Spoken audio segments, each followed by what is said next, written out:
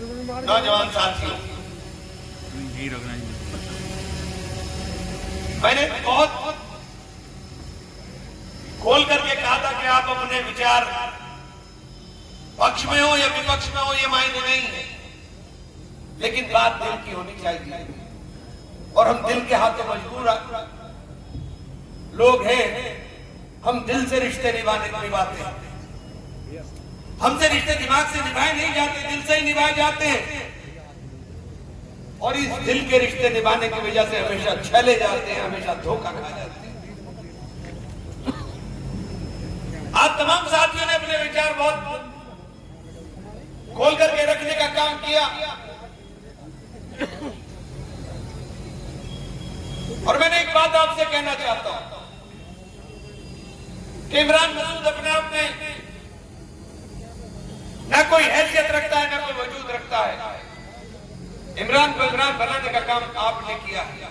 वो बैठे मेरे साथी बलविंदर सरदार जी, हमारे पुराने साथी। वो देवपाल बैठा हुआ है, बहुत पुराना साथी। मैं ये नाम इसलिए गिनवा रहा हूं कि इनको लग रहा हो क्योंकि मैंने देखा नहीं, मैं सबको देख रहा हूं। फुरकान भाई बैठे, कोई ऐसा साथी मुझे नजर नहीं आ रहा। ये मल्लू भाई बहुत दिनों के बाद मिला, यहाँ दिखाई दिया। और वो इमरान प्रधान नाराज था बहुत, हमारा तासीपुर वाला, वो भी दिखाई दिया, नवाब भी दिखाई दिया। तमाम साथी, कोई गांव ऐसा बचा नहीं जहां से मेरे तमाम साथी ना आए हुए। हमारे दलित भाइयों की बहुत बढ़िया टीम है, चांद कुमार की। कोई ऐसा साथी नहीं है, चूंकि बहुजन समाज पार्टी में जब हमने जाने का निर्णय लिया तो बहुजन समाज पार्टी में जाने का निर्णय इस नियत के साथ किया था कि साहिब मान्यवर काशीराम जी ने जो मूवमेंट चलाया और जो आंदोलन चला करके उन्होंने एक परिवर्तन की अलख जगाने का काम किया और शोषितों को, वंचितों को और बहुजन समाज के अंदर रहने वाले उन तमाम लोगों के अधिकार की बात की। उसके बाद बहन जी ने सर्वजन हिताय सर्वजन सुखाय का नारा दे करके समाज को जोड़ने की बात की और उस नारे से परहेज किया, तिलक तराजू और तलवार इनको मारो जूते चार। क्योंकि कोई समाज जब तक और सभ्य समाज के अंदर जब तक आप सबको साथ लेकर नहीं चलोगे तब तक ये संभव नहीं है कि आप परिवर्तन ले आओ। 2007 में सरकार बनी, हम भले ही विरोध में थे, लेकिन सरकार बनी और दलितों को पहली बार यह एहसास हुआ कि सत्ता क्या होती है। बाबा साहब अम्बेडकर ने जिन अधिकारों की वकालत की उनको साकार रूप देने का काम मान्यवर काशीराम जी ने एक आंदोलन के माध्यम से खड़ा किया। लेकिन इन सबके फर्क से एक बात कहना चाहता हूं कि आजादी के बाद बाबा साहेब भीमराव अम्बेडकर जी को जो संविधान उन्होंने लिखने का काम किया और उसके बाद देश के कानून मंत्री बनाने का काम किया, वो पंडित जवाहरलाल नेहरू ने किया, किसी और ने नहीं किया था। और आजादी के बाद आरक्षण व्यवस्था के तहत अगर देने का काम पूरे देश में किया तो कांग्रेस ने किया। लेकिन इस योगदान को जब भुलाया जाता है, जब हम याद करते हैं बाबा साहब के योगदान को, याद करते हैं मान्यवर काशीराम जी के योगदान को, तो हमको ये भी याद करना चाहिए कि इस योगदान के अंदर कांग्रेस का भी बहुत बड़ा हाथ रहा और कांग्रेस ने दलितों को उत्थान के अंदर अपना जो कार्य करने का काम किया उसको भी याद रखना चाहिए। मैं ये बात इसलिए कह रहा हूं साथियों कि मैंने तो दलितों के अंदर बहुजन समाज पार्टी की नेता बहन कुमारी मायावती जी का हृदय से आभारी हूं कि उन्होंने मुझे स्नेह दिया, उन्होंने मेरे सर पर हाथ रखा और मुझे लिए एक रास्ता खोला कि मैं भी दलित बस्तियों में जाकर के उनसे बात कर सकूं। और मेरा दिल खुश हो गया कि जब दलित बस्तियों के अंदर जिस तरह का सम्मान और जिस तरीके से उन्होंने अपनी खुशी को इजहार करने का काम किया, मैं उनका सदैव ऋणी हो गया। और उसके बाद जब ये लखनऊ का फरमान जारी हुआ और दलितों ने जो रिएक्शन दिया, और ये बात उनकी सही है, जो पार्टी 2007 में अपने दम पर सरकार बना रही थी, वो पार्टी उत्तर प्रदेश के अंदर 2022 में दम तोड़ गई और मात्र एक विधायक जीता, उमाशंकर सिंह, और वो भी सिर्फ अपनी वजह से जीत गए। जब मैंने ये बात बहन जी से की थी तो मैंने बहन जी से कहा था कि बहन जी, दो प्रताड़ित वर्ग हैं और दोनों को साथ लेकर के जब हम बात करेंगे तो एक मजबूत आधार बनेगा, और जब हमारा मजबूत आधार बनेगा तो अगड़ा और पिछड़ा हमारे साथ चलने का काम करेगा। बंद कमरे में बातें बहन जी की समझ में आती है, लेकिन बात जब पता नहीं क्या होता है मुझे समझ में नहीं आता है। बहुजन समाज पार्टी जीत की राजनीति क्यों नहीं करना चाहती? अगर आप परिवर्तन के लिए आए हैं तो सत्ता के अंदर जो लोग उत्पीड़न कर रहे हैं, आप उनका परोक्ष रूप से समर्थन क्यों कर रहे हैं? ये बात समझ से बाहर है। सहारनपुर का उदाहरण आपके सामने है। सड़क पर चलता हुआ बच्चा बोल रहा था कि अगर इमरान मसूद बहुजन समाज पार्टी से उम्मीदवार होगा तो एक तरफा जीत होने की काम होगी और दलित और मुस्लिम के साथ अगड़ा और पिछड़ा सब वोट मिलने का काम करेगा। जब जीत का रास्ता साफ दिखाई दे रहा है, जब जीत खुली दिखाई दे रही है, तब आपने अनुशासनहीनता बता दी। मेरी समझ में नहीं आया मैंने क्या अनुशासनहीनता की, मैंने कौन सी अनुशासनहीनता की? अगर लेटर में बताया जाता तो जवाब दे देता, लेकिन लेटर के अंदर कुछ नहीं था। और लेटर में जिस बात का जिक्र उन्होंने बार बार किया, मैंने सिर्फ उसी की उस बात को बड़े मन से बोलने का काम किया, वरना मैं जिक्र भी नहीं करता कि अंदर मुझसे क्या कहा।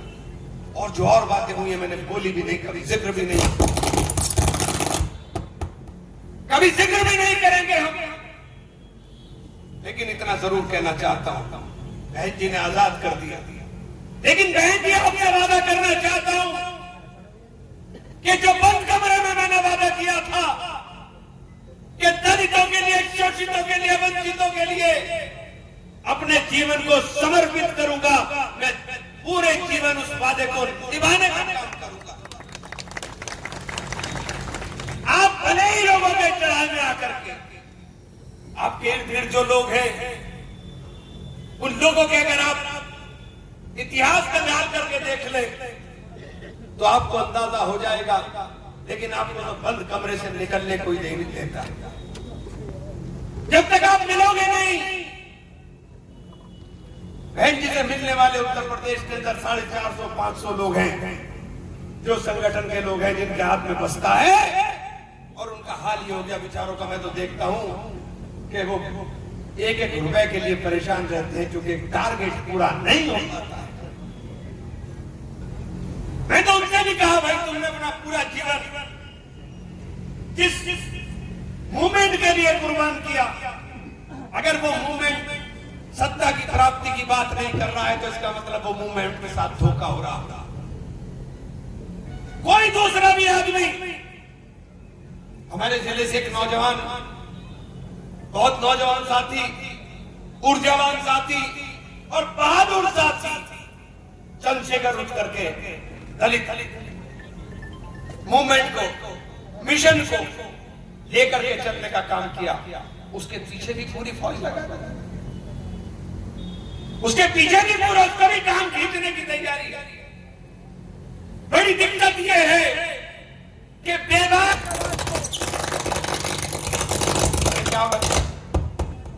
आवाज को, जो बेबाकी के साथ अपने समाज के अंदर बात रख सकता है, उसकी टांग खींचने वालों की कमी किसी भी पार्टी के अंदर नहीं है। हम किस बात का शिकार हुए? हम किस बात का शिकार हुए? इमरान आंख में आंख डाल करके सवाल पर पूछ ले, इसलिए इसकी हैसियत घटा दो, इसकी हैसियत खत्म कर दो। यही तो मेरा जुर्म है। मेरा जुर्म और क्या? आप बोलोगे आप वोट की तरह इस्तेमाल करोगे, हमें वोट की तरह कैसे इस्तेमाल कर सकते हैं? आप हमें सिर्फ वोट की तरह इस्तेमाल करेंगे? जब हमारा नंबर आएगा तो आप खामोशी इख्तियार करेंगे। यही खता इमरान की थी कि इमरान बेबाकी के साथ सवाल करने वाला नेता। जब 2022 में मैंने बहुजन समाज पार्टी ज्वाइन की, हमारे यहाँ के नेताजी हैं, उनके कहने से मैं चला गया। 3 घंटे मुझसे बहन जी ने बात करी और यकीन जानिए कि मेरे बहुत कुछ जो दिमाग में चल रहा था वो दूर हुआ, क्योंकि बहन जी ने विस्तार के साथ मुझसे चर्चा की। हमने भी सोच लिया कि यार इतना बढ़िया सिस्टम है, इसके अंदर तो कोई दिक्कत आने वाली नहीं। निकलते ही बहन जी ने सर पे अभी हाथ रखा, सर पे हाथ रख करके जिम्मेदारी दी और 3 महीने मैंने 18 जिले और 4 जिले उत्तराखंड के 22 जिलों में सम्मेलन कर दिए और एक चर्चा शुरू कर दी। जब चर्चा शुरू हो गई और लोग दलित और मुसलमान के साथ हाथ मिलाने की बात करने लगे, तो मुझे मीटिंग में बहन जी ने कहा, भाई तुम्हारे पीछे कहीं सरकार ना लग जाए, इसलिए इस काम को बंद कर दो। मैंने बहन जी मैं तो पार्टी के लिए काम कर रहा हूं। उसने कहा नहीं, तुम पार्टी के लिए बहुत कीमती हो, तुम्हारी हिफाजत करना जरूरी है। मैंने कहा ठीक है साहब, और जाओ सहारनपुर लोकसभा की तैयारी करो, लोकसभा का चुनाव जीतना। हम सहारनपुर आ गए, जितनी मीटिंग बुलाई उतनी मीटिंग में गया, जहां कहा वहां गया।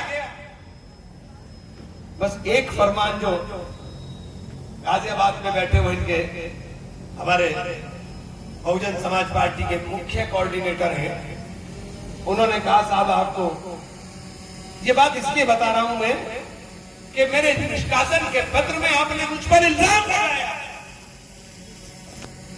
मुझे बुला करके कहा, इमरान भाई पार्टी की सदस्यता होनी है।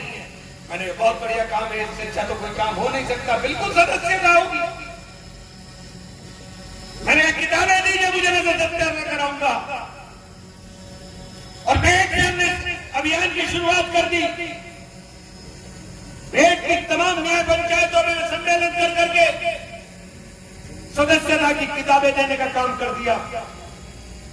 और मैंने कहा मैं ऐसा सिस्टम बना दूंगा कि जो आपकी मेंटेनेंस की का भी आप बार बार हाथ पसारते फिरते हो सबके सामने, हमें हमारे कार्यकर्ता पैसा देंगे और हम आपका इस तरह का सिस्टम खड़ा कर देंगे।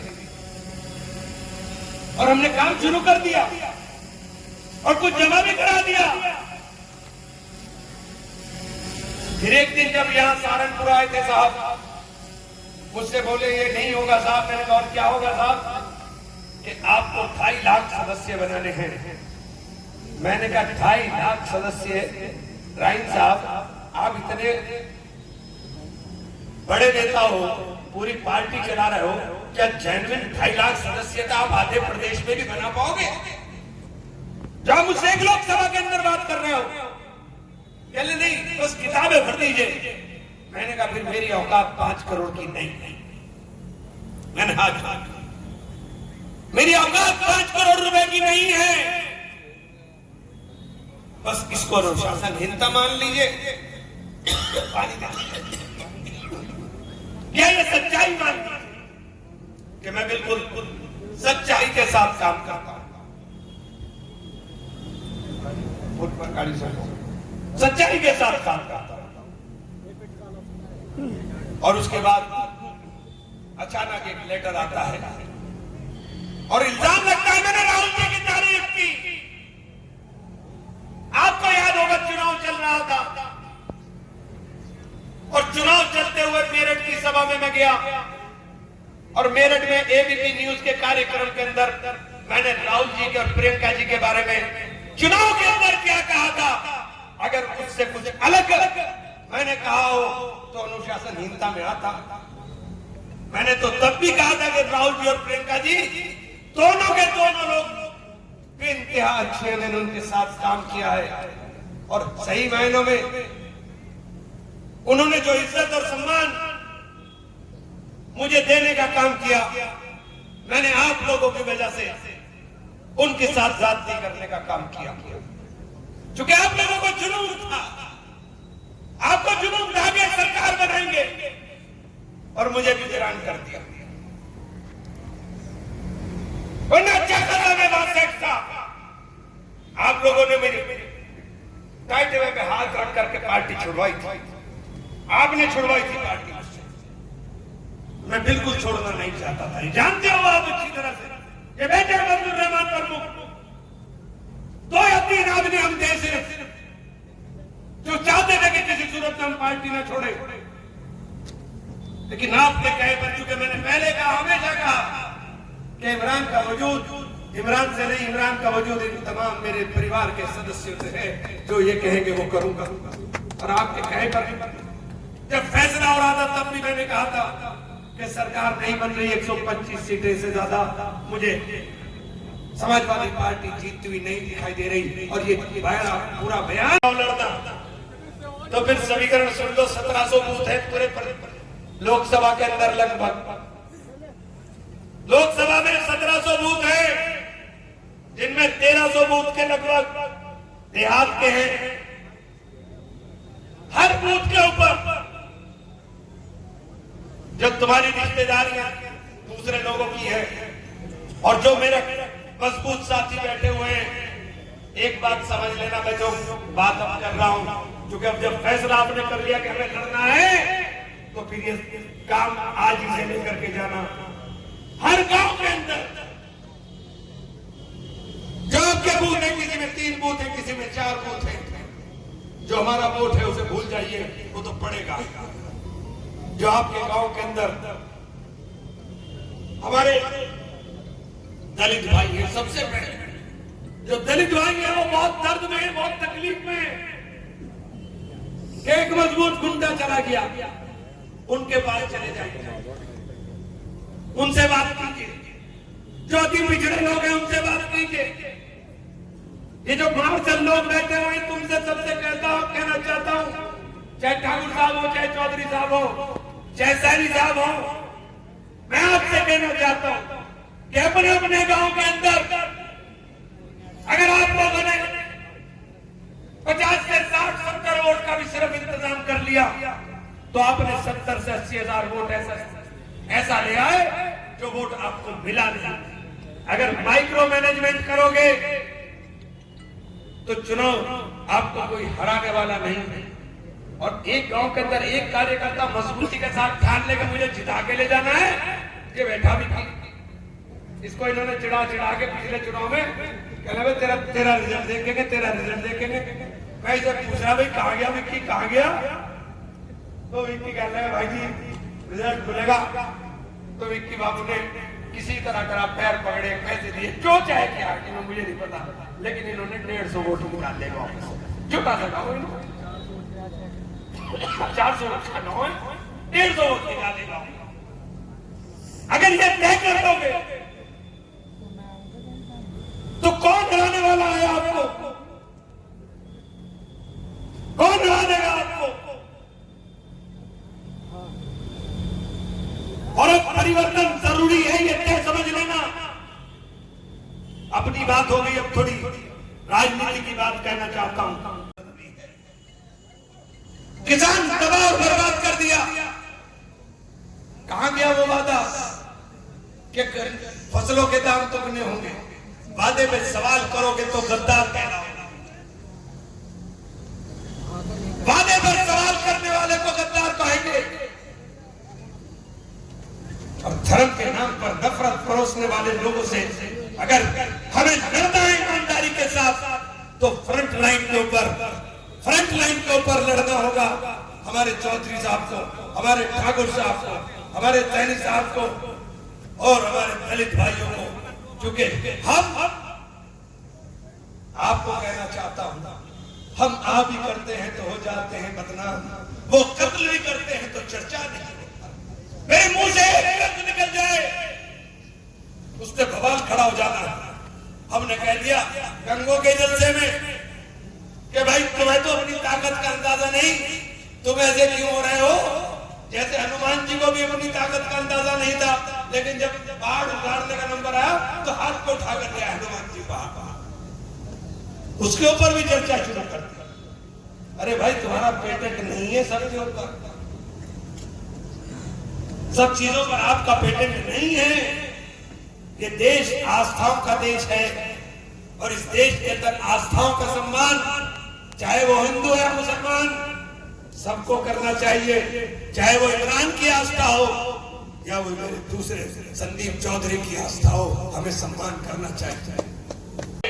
ये भी फैसला आपने लिया। कल एक टीवी पर चल रहा था मेरा कार्यक्रम, कहले क्या करोगे 10 तारीख को? मैंने कुछ भी नहीं करूंगा भाई, उनसे पूछूंगा जिन्होंने मेरा पेंडुलम बना दिया, उन्हीं से पूछूंगा जिन्होंने मेरा पेंडुलम बना दिया कि अब के कौन सा चौराहे पे खड़ा करके मुझे टुकवाना है। जो फैसला वो कर देंगे वही फैसला मानूंगा। और आज भी आपके खोल के कह रहा हूं, बताओ भाई क्या फैसला है? जोर से बता देना मुझे ईमानदारी से।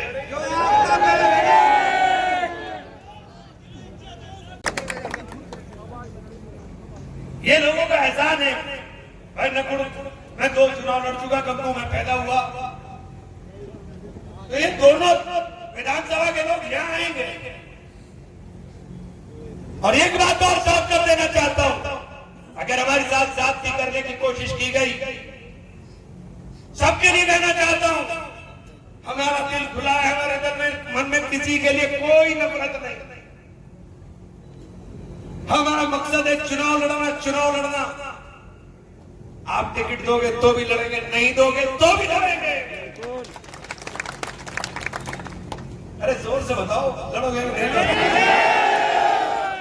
जोश से तो चुनाव होगा यार, ऐसे जोश से नहीं होता।